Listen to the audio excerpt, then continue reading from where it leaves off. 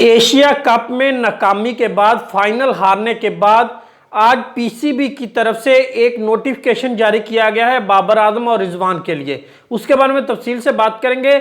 बाबर आजम और मोहम्मद रिजवान की टी20 क्रिकेट में कमबैक होने जा रहा है, इसके बारे में तफसील से बात करेंगे और 100% ये कन्फर्म है कि बाबर आजम आप प्लेइंग 11 का हिस्सा होंगे टी20 में।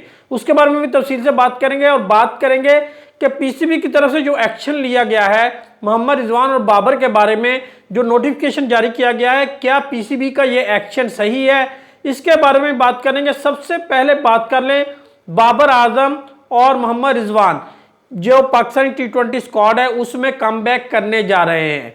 आप देखें, एशिया कप में नाकामी के बाद, फाइनल हारने के बाद, बांग्लादेश से सीरीज हारने के बाद, फिर ट्राई नेशन सीरीज में आपने जीता तो है, लेकिन ट्राई नेशन सीरीज में आपके जो बैट्समैन हैं वो टोटली फ्लॉप हुए हैं और ख़ास तौर पर स्पिन बॉलर जो है उनके खिलाफ उनकी बैटिंग जीरो रही है। देखिए, सैम यूब ले लें ओपनिंग पे, सुलेमान अली आगा ले लें, मोहम्मद हारिस ले लें, हसन नवाज ले लें, तमाम जो पावर हिटर हैं उनकी परफॉर्मेंस जीरो रही है ट्राई नेशन सीरीज में। अब इस चीज़ को लेकर यह कहा जा रहा है कि मोहम्मद रिजवान और बाबर आजम का कमबैक होने जा रहा है पाकिस्तानी टी20 क्रिकेट में। ये किसी हद तक दुरुस्त, ये जो बात है ये बिल्कुल ठीक है, क्योंकि देखें आज एक पोस्टर शाया होता है बीपीएल की तरफ से, बिग बैश लीग की तरफ से, जिसमें शहीनशाह अफरीदी, हारिस रऊफ, उसके बाद हसन अली, उसके बाद शादाब खान और बाबर आजम, इनका एक पोस्टर लगाते हैं बिग बैश वाले मैनेजमेंट। उसके फौरन बाद पीसीबी जो है वो एक्शन लेती है। पीसीबी की तरफ से एक नोटिफिकेशन जारी होता है जिसमें एनओसी कैंसिल कर दिए जाते हैं जो भी हमारे प्लेयर बिग बैश के लिए सिलेक्ट हुए हैं, खास तौर पर बाबर आजम और मोहम्मद रिजवान के लिए। अब इस चीज़ को लेकर अगर देखा जाए तो ये एनओसी क्यों रिजेक्ट किए गए, पहले तो ये देखें कि पाकिस्तान जब नाकाम हुआ है ट्राई नेशन सीरीज में, एशिया कप में पाकिस्तान के बैट्समैन अच्छा परफॉर्म नहीं कर पाए, तो आगे पाकिस्तानी टीम ने ऑस्ट्रेलिया के खिलाफ सीरीज खेलनी है, श्रीलंका के खिलाफ भी सीरीज खेलनी है, साउथ अफ्रीका के खिलाफ सीरीज खेलनी है, फिर एक ट्राई नेशन सीरीज होगी जिसमें ऑस्ट्रेलिया और अफगानिस्तान होगा, पाकिस्तान होगा। ये टी20 वर्ल्ड कप से पहले होगी। तो आगे टी20 वर्ल्ड कप होगा। टी20 वर्ल्ड कप में होस्ट जो हैं वो इंडिया है और श्रीलंका है। पाकिस्तान के तमाम मैचेस हाइब्रिड मॉडल के तहत श्रीलंका में होंगे और श्रीलंका की पिचेस सबसे स्पिन ट्रैक होते हैं दुनिया में। पूरी दुनिया में जितनी भी पिचेस हैं सबसे ज़्यादा स्पिन ट्रैक जो है वो श्रीलंका में होते हैं। और हमारे जो प्लेयर है, हमारा टॉप ऑर्डर, मिडल ऑर्डर, हमारे पावर हिटर जो हैं वो बांग्लादेश में टोटली एक्सपोज हुए हैं, टोटली नाकाम हुए हैं। ट्राई नेशन सीरीज ले लें, आपका एशिया कप ले लें, किसी भी मैच में हमारे जो बैटर हैं उन्होंने कोई 100% एक मैच में भी नहीं दिया।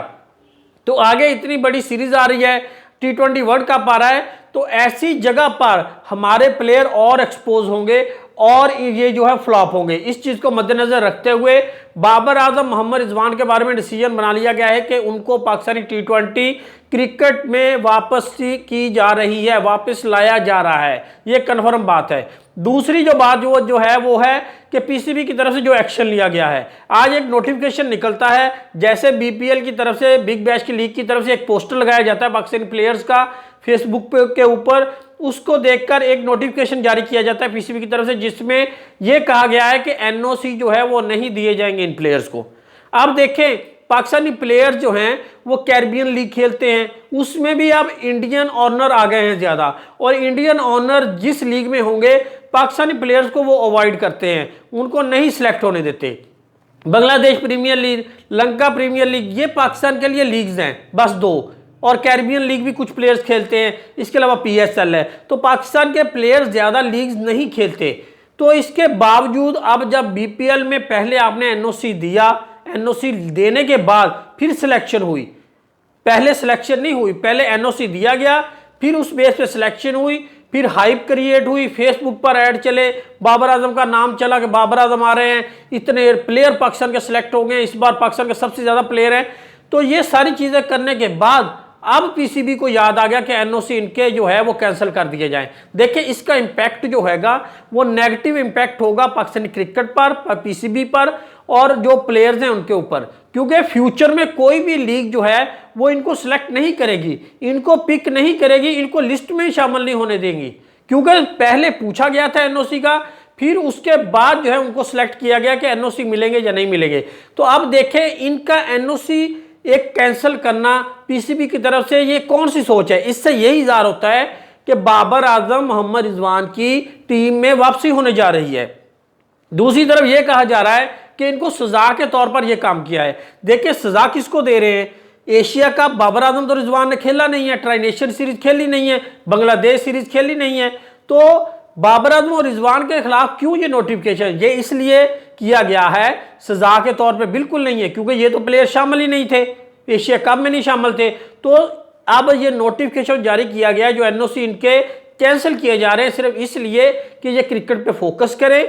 साउथ अफ्रीका, आगे ऑस्ट्रेलिया, श्रीलंका, फिर टी20 वर्ल्ड कप में अब इनमें से बाबर आजम को कैप्टन भी बनाए जाने का कहा जा रहा है। लेकिन शहनशाह अफरीदी जो है मजबूत कैंडिडेट हैं कैप्टनसी के लिए, लेकिन बाबर आजम मोहम्मद रिजवान को टी20 क्रिकेट में लाया जा रहा है और इस अंदाज से लाया जा रहा है कि अब नोटिफिकेशन निकाल के कैंसिल करके एनओसी बिग बैश लीग से कैंसिल करवा के उनको दोबारा टी20 क्रिकेट में शामिल किया जा रहा है।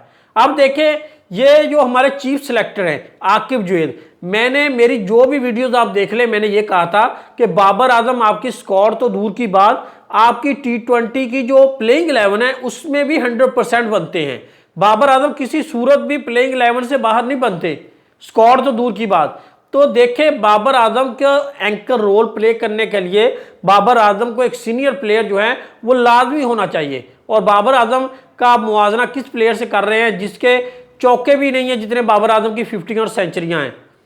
अब इससे अंदाजा लगा लें। तो चीफ सिलेक्टर आकिब जुवैद को सोचना चाहिए, उन्होंने जो फैसले किए हैं, जो क्रिकेट को जिस पॉइंट पर लेकर आ गए हैं कि पाकिस्तानी जो शायकीन है वो क्रिकेट छोड़ रहे हैं, देखना छोड़ रहे हैं, स्टेडियम का रुख नहीं कर रहे, तो बाबर आजम एक टैलेंट है, बाबर आजम एक हीरो है पाकिस्तान का। तो इसलिए बाबर मोहम्मद रिजवान की वापसी हो रही है, इसलिए ये नोटिफिकेशन निकाला गया पीसीबी की तरफ से। लेकिन बिग बैश लीग की तरफ से जो पोस्टर निकाला गया, अब पीसीबी को देखना चाहिए कि पहले एनओसी क्यों दिया, तो इसका इंपैक्ट पड़ेगा। बिग बैश लीग भी खेलने देना चाहिए और वापसी टी20 क्रिकेट में भी बाबर आजम रिजवान को सिलेक्ट करना चाहिए। अगर आपको इन्फॉर्मेशन अच्छी लगी तो हमारे चैनल को सब्सक्राइब कर दें ताकि आने वाली वीडियोस आप तक पहुंच रहे। Thanks for watching.